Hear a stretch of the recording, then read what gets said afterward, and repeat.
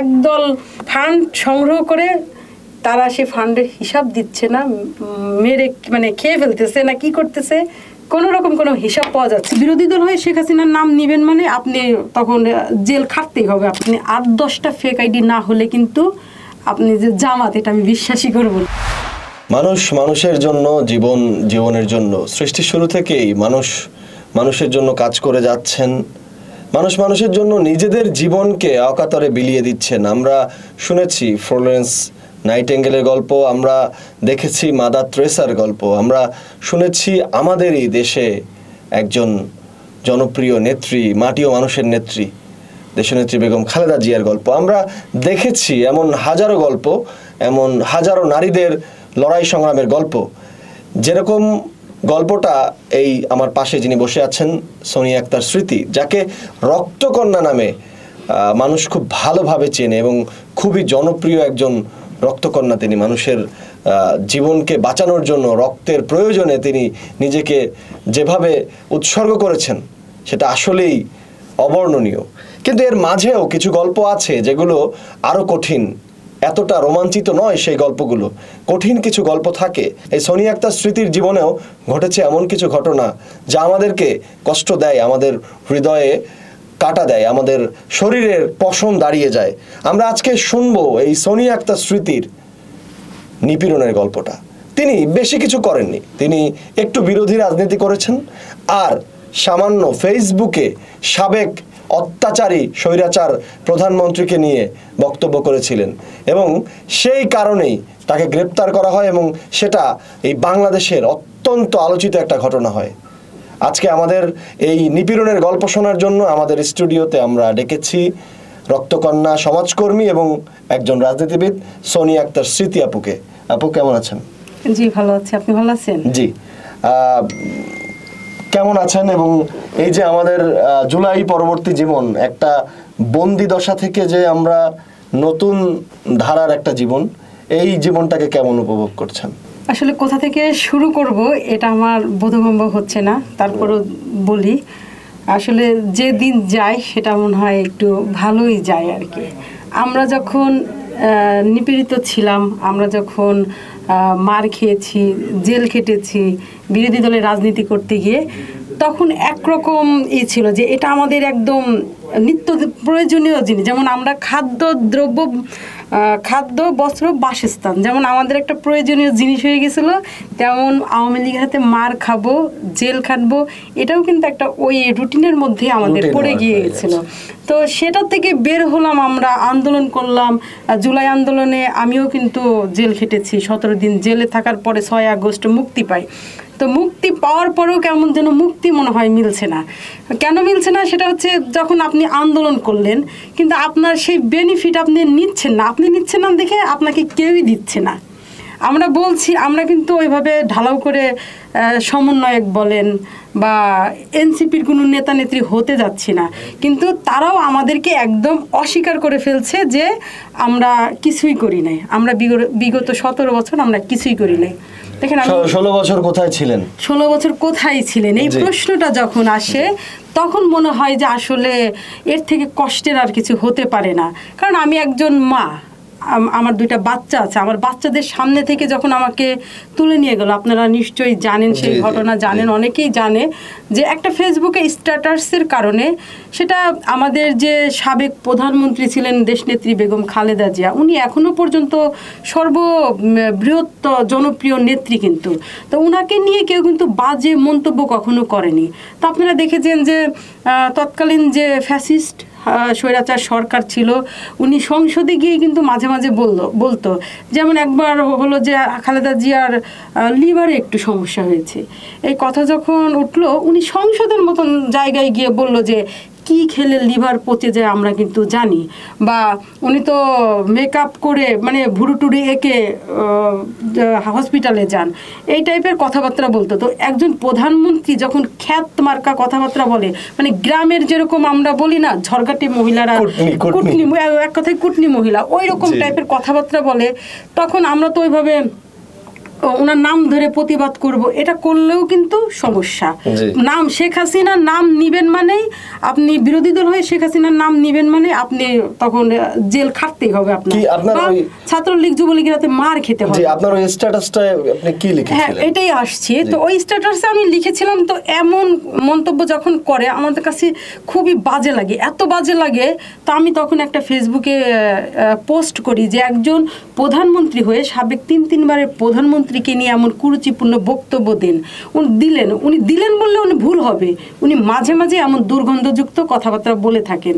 আর সেটা শুনে সংসদে থাকা ওনার এমপি মন্ত্রীরা নির্লজ্জ বেহায়ার মতন হো হো করে হেসে ওঠে। তো ভদ্রতা, পারিবারিক শিক্ষা যেটা ওনার বাবা মা ওনাকে শিখাতে পারেনি, তো এর জন্য বাবা কবরে গিয়েও গালি শুনতেছে। তো এমন একটা স্ট্যাটাস দিই, পরবর্তীতে আরেকটা পোস্ট দিই, সেটা হচ্ছে শেখ হাসিনার জন্মদিন ছিল সেদিন। আমি একটা ছোট্ট একটা সাপের বাচ্চা, ওটাকে আমি আমার প্রোফাইলে দিয়ে লিখি শুভ জন্মদিন প্রিয়। ওই যে একটা চোরের গল্প আছে না, জাজ যে দেশের প্রধানমন্ত্রী চোর, মানে চোর কাকে বললে তুমি, তো উনি ধরেই নিলেন, ওনার নেতাকর্মী ধরেই নিলেন যে ওই কালকেউটোটা শেখ হাসিনা। তো যার কারণে ওনাদের মনে হলো যে আমার নামে মামলা করে। ওই দিন শেখ হাসিনার জন্মদিন ছিল যেদিন আপনি পোস্টটা করেছেন। ওই দিন আমি পোস্ট দিয়েছি, তো ওনাদের নেতাকর্মীরা ধরে নিল যে এটা ওনার মানে আমাদের নেতৃত্ব সাপ। আচ্ছা আচ্ছা। তো এখন ঠাকুর ঘরে কেড়ে আমি তো কলা খাইনি। তো ওই রকম একটা ব্যাপার যখন হয়ে গেল, তখন আমার নামে মামলা দায়ের করে সম্ভবত রাত 1:30টার দিকে। মামলা দায়ের করার আগেই পুলিশ আমার বাসায় এসে হাজির, আমাকে ধরতে আসলো। তো আমার ছোট্ট 2টা বাচ্চা, আমার হাজবেন্ড প্রবাসে থাকে আপনারা জানেন, তো ওদের সামনে থেকে আমাকে বের করে নিয়ে আসলো। আর আপনি বোধহয় সময় ফেসবুকে লাইভে ছিলেন। আমি লাইভ করেছিলাম এই কারণে, কারণ তখন আমাদের ছাত্রদল যুবদলের নেতাকর্মী এত পরিমাণ গুম হচ্ছিল যে আমার তৎক্ষণিক মাথায় আসলো যে আমার লাইভটা করা জরুরি, কারণ আমি যদি মরে যাই মানুষ জানুক যে আমি কি কারণে মরছি। ঠিক আছে, এটা জানানোর প্রমাণ রাখার তখন পুলিশ তো একটা সন্ত্রাসীর ভূমিকা পালন করেছে। পুলিশ মানুষকে পিটিয়ে মেরে ফেলেছে, মানে ছাত্রলীগ যুবলীগ যে কাজটা করবে সেটা পুলিশ আগে করেছে। তো এমন অবস্থায় আমার লাইভ করাটা আমি জরুরি বলে মনে করি, এবং লাইভ করে বের হয়ে দেখি যে আমাকে ধরতে শত শত পুলিশ আমার বাসার সামনে থেকে শুরু করে একদম আমার ওই রাস্তা একটা মনে হচ্ছে যে আমেরিকা সাদ্দাম হোসেনকে গ্রেফতার করতে এসেছে এরকম একটা বহর নিয়ে। কি ভয়, কি আতঙ্ক। তখন আমি একটু এনজয় করা শুরু করলাম এই কারণে যে আমি একটা মেয়ে মানুষ, আমাকে ধরতে ওরা এতজন আসছে, এত পুলিশ নিয়ে আসছে, তাহলে আমার ভিতরে একটু আতঙ্ক লাগতেছে, যেহেতু কেবল প্রথমবার জেলে যাব, তো একটা আতঙ্ক তো থাকে। কিন্তু আমি ভিতরে ওই আতঙ্কটা নাই না, আমি সাহসিকতার সাথে আমি একদম হাতে উঁচু করে ভি দেখাইতে আমি কারাগারে প্রবেশ করি। তো এটা ছিল একটা ঘটনা। এবং জুলাই যে আন্দোলন, ঢাকাতে জুলাই, আমরা একটু শেষ করি, জাস্ট আর 2টা প্রশ্ন আছে আমার আপনার কাছে, এরপর আমরা জুলাইতে যাচ্ছি। এই যে পোস্টগুলো দিলেন, এই পোস্ট দেওয়ার মানে নিশ্চয়ই তো একটা সাহসের প্রয়োজন হয়েছে, তো এই ব্যাকগ্রাউন্ডের শক্তিটা আসলে কি ছিল? আসলে জাতীয়তাবাদ মানেই তো একটা শক্তি, একটা পাওয়ার। আমরা 16 বছর যারা জাতীয়তাবাদী রাজনীতি করেছি, আপনি জানেন যে আমি একজন অনলাইন অ্যাক্টিভিস্ট হিসেবে কাজ করেছি। আমরা লেখালেখি করতাম, লিখতে গিয়ে আমাদের অনেক নেতারা কিন্তু গুম হয়েছে, বহু নেতারা গুম হয়েছে, আয়না ঘরেও থেকেছে, আমাদের বই প্রকাশ করে হ্যাঁ এরকম ঘটনাও আছে। অনেক নেতারা গুম হয়েছে, মানে আমি ওইভাবে নাম বলছি না, 1-2 জনের নাম বললে হয়তো এটা অগণিত, অসংখ্য, আমরা জানি।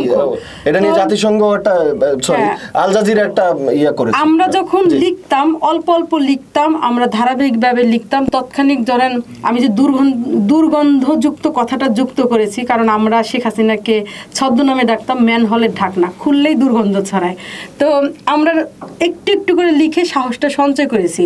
তো এটাও তারই একটা প্রতিক্রিয়া ছিল যে উনি কিছু বললে তার কাউন্টার একটা পোস্ট আমরা দেওয়ার চেষ্টা করতাম বিগত দিনে। মানে আপনি এখন কি বলতে চাচ্ছেন, বাংলাদেশে এখন দুর্গন্ধ আর ছড়াচ্ছে না? অবশ্যই, এখন তো আরো আসলে যাদের দিয়ে দুর্গন্ধ ছড়াচ্ছে, যাদের দিয়ে আশা করেছিলাম যে এরা হয়তো ফুল, সদ্য ফুটে থাকা ফুল, সেই ফুল সুবাস ছড়াবে, সুবাস তো ছড়াবে, ভাবেই, কিন্তু আসলে এদের থেকে পচা দুর্গন্ধ আসছে। মানে একদম শেখ হাসিনা যতটা না দুর্গন্ধ ছড়িয়ে গেছে বাংলাদেশে, এখন মনে হচ্ছে এরা একদম ফ্যাসিস্টের জায়গা শূন্যস্থানটা পূরণ রাখতে মানে চাচ্ছে। কেন এত এত আপনার মানে এত শক্ত হয়ে কেন বলছেন? এত আপনারা দেখেছেন, আপনি যখন একটা বিজয়কে একদম অস্বীকার করে ফেলবেন, যারা বিগত দিনে আন্দোলন সংগ্রাম করে মার খেয়েছে তাদেরকে যখন আপনি অস্বীকার করে ফেলবেন, তখন আপনার থেকে বড় ফ্যাসিস্ট আর বড় স্বৈরাচার কে হতে পারে? আর বলেন। এই জায়গা থেকে আমি বলি যে আসলে যারা এখন ছোট ছোট বাচ্চা আছে, ওরা হয়তো বা বিগত দিনে দেখবেন প্রতিটা মানুষের, প্রায় নেতাকর্মীরা দেখেছি অতীতে ছাত্রলীগের পোস্ট ছিল, এখন আবার এনসিপিতে আসছে, বা অতীতে ছাত্রলীগের পোস্ট ছাত্রলীগ করেছে, এখন বলছে যে আমরা ছাত্রলীগের মাঝে ছদ্মনাম হিসেবে ছিলাম, আসলে কৌশলে ছিলাম, আমরা আসলে শিবির করা মানুষ। আচ্ছা, এরা যদি মানে এটা হতে পারে না যে এরা এখন কৌশলে শিবির করছে বা এনসিপি করছে, পরে আবার ছাত্রলীগ হয়ে যাবে? হ্যাঁ, ডেফিনেটলি এটা তো হবে। অলরেডি কিন্তু ছাত্রলীগ বলছি না শুধু, আমি আওয়ামী লীগকে জুড়ে বলছি। পুরো আওয়ামী লীগের পুনর্বাসনের দায়িত্ব কিন্তু এরা নিয়েছে, কারণ এদের তো নেতাকর্মী নেই। এখন আওয়ামী লীগ যারা আছে তারা কোথায় যাবে? তারা তো কিছু সংখ্যক লোক বাংলাদেশের বাইরে গেছে, কিন্তু বাকি সব লোকই তো বাংলাদেশে রয়েছে। তো এদের তো কোথাও না কোথাও আশ্রয় খুঁজতে হবে। তো আপনি যখন বিএনপিতে আসবেন ঠক্কর খাবেন না, আপনি আওয়ামী লীগ করেন, আপনি আমার কাছে আসলে আমি তো আপনাকে অ্যাকসেপ্ট করব না, তখন আপনি যাবেন কোথায়? এনসিপি নয়, জামাত বা অন্যান্য সংগঠন আছে, তো নিশ্চয়ই এখন তারা ছোট দল, তাদের দল ভারী করার জন্য কিন্তু তারা আপনাকে লুফে নেবে। আপনাকে মনে করবে যে মাহবুব নাহিদ ভাই উনি একজন মিডিয়া কর্মী, উনাকে নিলে আমি আরো 20 জনকে আমি অ্যাড করতে পারবো। এই জায়গা থেকে হলে ওরা দল ভারী করার প্রক্রিয়া, হ্যাঁ দল ভারী করা। তাছাড়া কিন্তু একটা বক্তব্য শুনেছিলাম আমাদের রাজবাড়ির এক খুব সামান্যতম একজন নেতাই দিয়েছিলেন, আমি ওই সুবাদেই বলছি যে আওয়ামী লীগ এবং বিএনপি যখন ভোটাভুটি হয়, একজন চ্যালেঞ্জ করছিল যে আওয়ামী লীগ এই ওয়ার্ড থেকে সর্বোচ্চ 99টা ভোট পাবে। তো তখন তুমি এত শিওর হয়ে বলছো কেন, কিভাবে বললা? তো ওই কথাটা উনি স্ক্রিপ্ট করে গেছে। পরবর্তীতে উনি যখন ভোট হলো, গুনে দেখলো যে আওয়ামী লীগের উনি 99টা বলছে, 100টা ভোট আর কি আওয়ামী লীগ পাইছে। তো যারা আওয়ামী লীগ করে তারা কিন্তু বিএনপিকে ভোট দিতে আসবে না, তারা অন্য দলকে ভোট দিতে আসবে না, তারা আওয়ামী লীগ মানে আওয়ামী লীগ। আওয়ামী লীগের ভালো কোনো জাত নেই, এটা আপনাকে সবার আগে বুঝতে হবে। তো যারা আজকে আওয়ামী লীগকে নিয়ে দল ভারী করতেছে, আমি মনে করবো যে আওয়ামী লীগের পুনর্বাসন তারাই করতেছে। বিএনপিতে কিন্তু আওয়ামী লীগ নিয়ে আর কোনো প্রয়োজন নাই। বিএনপি এমনিতেই একটা বড় শক্তিশালী দল, যেটাকে বিগত 16-17 বছর এই ফ্যাসিস্ট খুনি হাসিনা মেরে গুম করে খুন করে কোন রকম কোন একটা জায়গা থেকে শীর্ষস্থানীয় নেতাদেরকে বন্দী এবং ধরে রেখেও পারেনি কেউ না। আমি আপনার সাথে একমত। আমাদের দেখেন অনেকেই বলে যে তারেক রহমান বিদেশ থেকে বক্তব্য দিচ্ছে, ওনার নেতাকর্মীরা সেগুলো পালন করতেছে। আপনি মানে এই প্রশ্নটা কেউ তোলে না যে তারেক রহমান লন্ডন থেকে বক্তব্য দিচ্ছে, তার নেতাকর্মীরা বাধ্য ছেলের মতন, বাধ্য সন্তানের মতন তার হুকুম পালন করতেছে, তার কথা শুনতেছে। তাহলে তারেক রহমান দেশে এসে কাছ থেকে বক্তব্য দিলে কি হতে পারে, এইটা এই পয়েন্টটা কিন্তু কেউ তুলে ধরে না। এটা কিন্তু খুব ইম্পর্টেন্ট। আপু, আমরা ওই প্রসঙ্গে ছিলাম, ওই প্রসঙ্গে আমার ওই প্রসঙ্গের শেষ প্রশ্ন যে আপনি যে গ্রেপ্তার হলেন, আপনি হেনস্থার শিকার হলেন, তখন দলের পক্ষ থেকে আপনাকে কতটুকু সহযোগিতা করা হয়েছে? আসলে সহযোগিতা বলতে আমি খুবই হ্যাপি যে আমার যে লয়ার ব্যারিস্টার কায়সার কামাল, ওনার সাথে আমি কথা বলে জানতে পারি যে উনি আমাকে একদিন, আমি ওনার সাথে দেখা করতে গিয়েছিলাম জেল থেকে বের হয়ে, উনি বলছিলেন যে তারেক রহমান এইভাবে বলছিল, কায়সার ভাই, সোনিয়া আক্তার স্মৃতি কিন্তু আমার পরিবারের একটা অংশ, ওনার মামলাটা আপনি যতটুকু সম্ভব একদম নিজের মনে করে দেখেন। তো এবং আমার বাড়িতে সিনিয়র নেতৃবৃন্দ আমি গ্রেপ্তার হওয়ার পরের দিন আমার বাচ্চাদের পাশে গিয়ে দাঁড়িয়েছে। আসলে একটা মানুষের রাজনৈতিক জীবনে আর কি লাগে, মানে এটা আমি মনে করি আমার দলের সর্বোচ্চ পাওয়া, সর্বোচ্চ ছাপ। এইটা কি আপু শুধু সোনিয়া আক্তার স্মৃতি একজন রক্তকন্যা, একটু জনপ্রিয় নেত্রী, এ কারণেই হয়েছে, নাকি এটা সবার ক্ষেত্রেই হয়েছে? আপনি সবার প্রতিটা নেতার ক্ষেত্রে ধরেন পর্যায়ক্রমে, আমি সোনিয়া আক্তার স্মৃতি ধরেন একটু ভাইরাল হয়েছে এই কারণে হয়তোবা লিডার নিজে ফোন করে হয়তোবা এটা বলেছে, কিন্তু যখন স্থানীয় কোনো নেতা বা নেত্রী গ্রেপ্তার হচ্ছে তখন কিন্তু ওই এলাকায় যারা জাতীয়তাবাদীর পরিচয় বহন করছে তাদের লয়ার দ্বারাই কিন্তু তাদেরকে তাদের মুক্তি মিলছে। তো এমন পর্যায়ক্রমে এমন হয়েছে, আপনারা দেখেছেন বিগত দিনে আমাদের দেশনায়ক জনাব তারেক রহমান উনি কিন্তু অসংখ্য মানুষকে ফোনে কল করে বিভিন্ন রকম আইনি সহায়তা দিচ্ছেন। জুলাই আন্দোলনে যারা কষ্টে আছে উনার নজরে আসা মাত্রই ওই এলাকার কে নেতা আছে তাদের খুঁজে বের করে উনাদের মাধ্যমে কিন্তু সাহায্য সহযোগিতা করা হচ্ছে। আমাদের কিন্তু জুলাইয়ের একটা ফান্ডও করা হয়েছে বিএনপির পক্ষ থেকে, যেখানে ধরেন একদল ফান্ড সংগ্রহ করে তারা সে ফান্ডের হিসাব দিচ্ছে না, মেরে খেয়ে ফেলতেছে না, কি করতেছে কোনো রকম কোনো হিসাব পাওয়া যাচ্ছে না। সেখানে বিএনপি কিছু করে না এই 17 বছরে। এই বিএনপি কিন্তু এইসব আহত নিহতদের পাশে গিয়ে দাঁড়াচ্ছে, সেটা হোক স্থানীয় পর্যায়ে হোক জাতীয় পর্যায়ে, একভাবে কিন্তু দাঁড়াচ্ছে। আসলে রাজনীতি তো একটা শেখার বিষয়, মেধার বিষয়, ভারী হওয়ার বিষয়। আপনি এই যে একটা বয়স্ক দলই বলি, আমি বয়স্ক দল এই কারণেই বলছি কারণ সিনিয়র দল হিসাবে আপনি যখন জুনিয়র হয়ে সিনিয়রকে মর্যাদা দেবেন না, তুচ্ছ তাচ্ছিল্য করবেন, তখন আপনার কিন্তু অস্তিত্ব থাকবে না। এটা কিন্তু সবার আগে মাথায় রাখতে হবে। আমরা জুলাইয়ের প্রসঙ্গে বলছিলেন আপনি, জুলাইয়ের আগেও এমনটা হয়েছে অনেক, এবং জুলাইয়ের পরে আমার মনে হচ্ছে যে আরো বেশি হচ্ছে কিনা। এই যে আপনারা নারীরা রাজনীতি করছেন বা যে কোনো কিছুই করছেন, কিছু হলেই যে একদম পার্সোনাল অ্যাটাকের পর্যায়ে চলে যায়। তো এই বিষয়টা আপনি কেমন ফেস করেছেন? আগে কতটা ফেস করেছেন আর এখন কতটা ফেস করছেন? শুরুতে একটা কথা বলেছিলাম, যাই দিন ভালো আসে দিন খারাপ। তো আগে কিন্তু যখন আওয়ামী লীগের আমলে আমরা লিখেছি বা রাজনীতি করেছি, আওয়ামী লীগ কিন্তু এত বাজে ভাষায় কিন্তু নারীদের কখনো অ্যাটাক করে নাই। এখন যেটা ধরেন জামাতের ওই একটা ভাইরাল বক্তব্য আছে, আপনি 8-10টা ফেক আইডি না হলে কিন্তু আপনি যে জামাত, এটা আমি বিশ্বাসই করব না। তো ওদের যে ফেক আইডিগুলা রিয়েল আইডি থেকে খুব কম বকাবাজি করা হয়। ফেক আইডি যেগুলো আছে এইগুলা দিয়ে নারীদের উপরে যে টর্চারটা করা হয়, ধর্ষণ কি শুধু শারীরিক নির্যাতনকেই বোঝায়? ধর্ষণ মানসিক ধর্ষণ হয় না? যেটা ওরা লিখতেছে যে ধর্ষণটা ওরা, আমি ফেসবুক সকালে আমার গালি খেয়ে সকালে ঘুম ভাঙে, ঘুমাতে গেলেও ওই গালিটা খেয়েই ঘুমাতে যেতে হয়। এটা কিভাবে শিওর হচ্ছেন যে শিবিরের লোকেরাই করছে? ওদের প্রোফাইলে গিয়ে ওদের নেতাদের দেখবেন, বা যখন আপনি জামাত উল্লেখ করে দিবে তখন ওখানে বা লিখে দেয় যে এটা।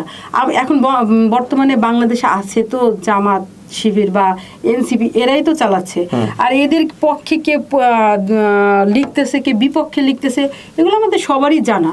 তো ওরা যে এই যে এইসব আইডিগুলো দিয়ে মহিলাদের যে অ্যাটাক করার যে বিষয়টা, এটা খুবই বাজে তৈরি করলো। কিছুদিন আগে দেখলেন না, এই যে ওর নাম কি, সারোয়ার তুষার সম্ভবত, ওনাদেরই এক নারী নেত্রীকে কি ধরনের কি ভাষা ব্যবহার করে যে কথা বললেন। তো এটা আসলে খুবই দুঃখজনক। আসলে নারীরা রাজনীতি করে, খুব বেশি নারী কিন্তু রাজনীতি করতে আসে না, খুব কম সংখ্যক নারী আসে, আর তাদেরকে আমরা প্রপারলি সম্মান দিয়ে আমরা রাখতে পারি না। এটা বাংলাদেশের রাজনীতিতে কি এক সময় হুমকির মুখে কিন্তু পড়ে যাবে এই নারী রাজনীতি। নারীরা ভবিষ্যতে কিন্তু আর আসবে না। আমরা নয় গালি খাচ্ছি, আমাদের সহ্য শক্তি হয়ে গেছে, আমাদের ধৈর্য হয়ে গেছে, আমরা সহ্য করে নিচ্ছি, কিন্তু পরবর্তীতে কেন মানুষ এত গালি খেয়ে রাজনীতি করতে আসবে? আর মহিলাদের কি রাজনীতিতে আসলে দরকার নাই? যে আপনার কি মনে হয় আছে কিনা? অবশ্যই আছে। বাংলাদেশ গণতান্ত্রিক দেশ, একটা নারী ঘরটা সুন্দর করে সাজায়, সে দেশটা সাজানোর ক্ষেত্রেও সে কিন্তু তার মেধাটা অবদান রাখবে এবং মেধা খাটাবে। পুরুষের পাশাপাশি নারীরাও কিন্তু এগিয়ে যাবে। যেখানে আমরা নারীর সমান অধিকার নিয়ে কথা বলি যে নারীর এটা করতে হবে, ওটা করতে হবে, সেখানে আবার নারীদেরকে পিছিয়ে দেওয়ার জন্য তাদেরকে আবার গালাগালি পারি। ঠিক আছে, ধরেন আমি প্রবাসীর স্ত্রী, হ্যাঁ, আমার বাংলাদেশের প্রেক্ষাপটে প্রবাসীর স্ত্রী হওয়া মানে একটা অভিশাপ বলে মনে করি আমি। কারণ হাজবেন্ড বিদেশে, বউ একটু বাড়ির বাইরে গেলেই কথা শুনতে হয়, আর সেখানে আমরা সামাজিক কাজ করছি, রাজনীতি করছি, আরো বেশি শুনতে হ্যাঁ আমাদের আরো বেশি শুনতে হচ্ছে। তো সবারই তো এই এগুলোকে কি হাসি মুখে মোকাবেলা করে ফেলেন নাকি? হাসতে হাসতে বলছেন আপনি? হাসতে হাসতে বলছি, কিন্তু অনেক বুকের ভিতরে জ্বলে যাচ্ছে, হয়তো কষ্ট লাগে। আপনি দেখেছেন কিনা জানি না, কিছুদিন আগে আমাদের ছাত্র দলের এক নেত্রী উর্মি, জান্নাতুল নওরিন উর্মি, বরিশাল বিশ্ববিদ্যালয়ের, হ্যাঁ সুইসাইড করতে গিয়েছিল। তো এমন অবস্থায় ওকে আমি পরে বুঝাইছি আসলে সহ্য করতে হবে, এটা রিয়েলিটি, মেনে নিতে হবে। আমরা তো আর এটা নিয়ে আমরা আগাইতে মানে এটা নিয়ে পিছিয়ে আসার এখন সুযোগ নেই আমাদের এই গালি খেয়ে আমরা যেহেতু রাজনীতি করি, আমাদের একটু বুঝাইতে হবে, ওদেরকে বুঝাইতে হবে। আসলে আল্লাহ মানুষকে হেদায়েত দান করুক। আমি বলবো যে যারা এইভাবে নারীদের নিয়ে বিদ্বেষ ছড়ান, তাদের আল্লাহ হেদায়েত দান করুক। তাদের উপর কোনো রাগ আছে আপু? না, রাগ রাখি না। কারণ হচ্ছে এক একজনের স্বভাবটা এক এক রকম। আমি আপনার উপরে রাগ করলাম, আমি কয়জনের উপর রাগ করব? ঠিক আছে, এর জন্য আমি সবাইকে হেদায়েত দানের মানে আশা করছি যে সবাইরই হেদায়েত দিক আল্লাহ। হতাশা কি কখনো চলে আসে যে না রাজনীতি ছেড়েই দেই? হ্যাঁ আসে তো অবশ্যই। ওই সময় কে সাহস দেয়? কাজ করতে গেলে হতাশা আসে। আর আমরা যারা রাজনীতি করতে করতে অভ্যস্ত, আসলে আমরা মনে করি রাজনীতিবিদদের হতাশা থাকতে নেই, হতাশা থাকলে ওটা বাইরে প্রকাশ করতে নেই। তো সেক্ষেত্রে হতাশা আসে, দুঃখ আসে, একা একা ওটা মোকাবেলা করার চেষ্টা করি। আর একটা কথা আছে না যে আপনার দুঃখের দিনগুলো যদি আপনি কারোর সাথে শেয়ার করেন, সেই এক সময় কিন্তু আপনাকে উল্টে মানে পাল্টা প্রশ্ন করবে যে হ্যাঁ তুমি তো এইটা ছিলা, এইটা এখন আসছো। এর জন্য আমি মনে করি আগে শেয়ার যতটুকু করতাম, এখন ওটার করা হয় না। এখন নিজের মধ্যে রেখে আমি একজন রাজনীতিবিদ, ভবিষ্যতে জনপ্রতিনিধি হব হয়তোবা, সেই জায়গা থেকে যে আমি আমার সমস্যা মোকাবেলা করব এবং জনগণের যদি কোনো সমস্যা থাকে সেটা মোকাবেলা করার ক্ষমতা রাখতে হবে, এই সেন্স নিয়ে আগাচ্ছি মূলত। জি, রাজনীতির শিখরে পৌঁছে যান। আপনার জন্য অনেক শুভকামনা থাকলো। আপু কেমন দেখতে চান বাংলাদেশ, কেমন রাখতে চান বাংলাদেশ? এক কথায় যদি বলি, শহীদ জিয়ার আদর্শকে ধারণ করে তিনি যেভাবে দেশটাকে দেখতে চেয়েছেন, খাদ্যে শস্যে সম্পূর্ণ পরিপূর্ণ একটা সমৃদ্ধ একটা বাংলাদেশ, যেখানে ভাতের অভাব থাকবে না। আর ওনার যে কর্মসূচিটা ছিল মাছ খাল খননটা, যেখানে মাছের কোনো অভাব থাকবে না। তা আমরা যেন খাদ্য সেচের পানির অভাব থাকবে না, কৃষক বাঁচলেই তো বাঁচবে দেশ, স্বনির্ভর হবে বাংলাদেশ, তাই না? এই স্লোগানকে সামনে রেখেই জিয়াউর রহমানের আদর্শে যেভাবে উনি বাংলাদেশটাকে দেখতে চেয়েছেন, ওনার চোখ আর আমরা এক চোখে দেখি যে আমাদের দেশটা ঠিক ওই রকম দেশেই পরিণত হোক। তার আদর্শে আমাদের জাতীয়তাবাদী পরিবার তার আদর্শ মেনে চলুক, তাকে অনুকরণ করে আমরা যেন সামনের দিনগুলো আরও সুন্দরভাবে কাটাতে পারি। আজকে যে মব আমাদের বিরুদ্ধে সৃষ্টি করা হচ্ছে, ওই যে কথায় আছে না, আমরা কাজের মাধ্যমে এটার জবাব দিয়ে দেবো ইনশাল্লাহ। জি, অসংখ্য ধন্যবাদ আপনাকে। দর্শক, আমরা শুনছিলাম আমাদের একজন নারী, আমাদেরই একজন বোন, কারো ভগ্নী, কারো পত্নী, এভাবেই প্রতিনিয়ত আমাদের নারীরা বিভিন্ন সময়ে বিভিন্ন কারণে আক্রমণের শিকার হচ্ছেন। যখন তাকে মত দিয়ে, তাকে সমালোচনা করে বা কোনো কিছু করে মোকাবেলা করা যাচ্ছে না, তখন আক্রমণ করা হচ্ছে ব্যক্তিগতভাবে, পারিবারিকভাবে, মানুষের শরীর নিয়ে, চেহারা নিয়ে, নানান বিষয় নিয়ে, পোশাক নিয়ে, নানান বিষয় নিয়ে আক্রমণ করার চেষ্টা করা হচ্ছে। আমরা এমন একটা বাংলাদেশ গড়তে চাই যেখানে আমাদের এই বোনেরা রাজনীতি করবেন, আমাদের এই বোনেরা ব্যবসা করবেন, আমাদের এই বোনেরা দেশ পরিচালনা করবেন। তারা এগিয়ে যাবেন বাংলাদেশের সীমান্ত পেরিয়ে বিশ্বের দরবারে বাংলাদেশের পতাকাকে উঁচু করে ধরবেন। এমনই একটা বাংলাদেশ আমরা দেখতে চাই।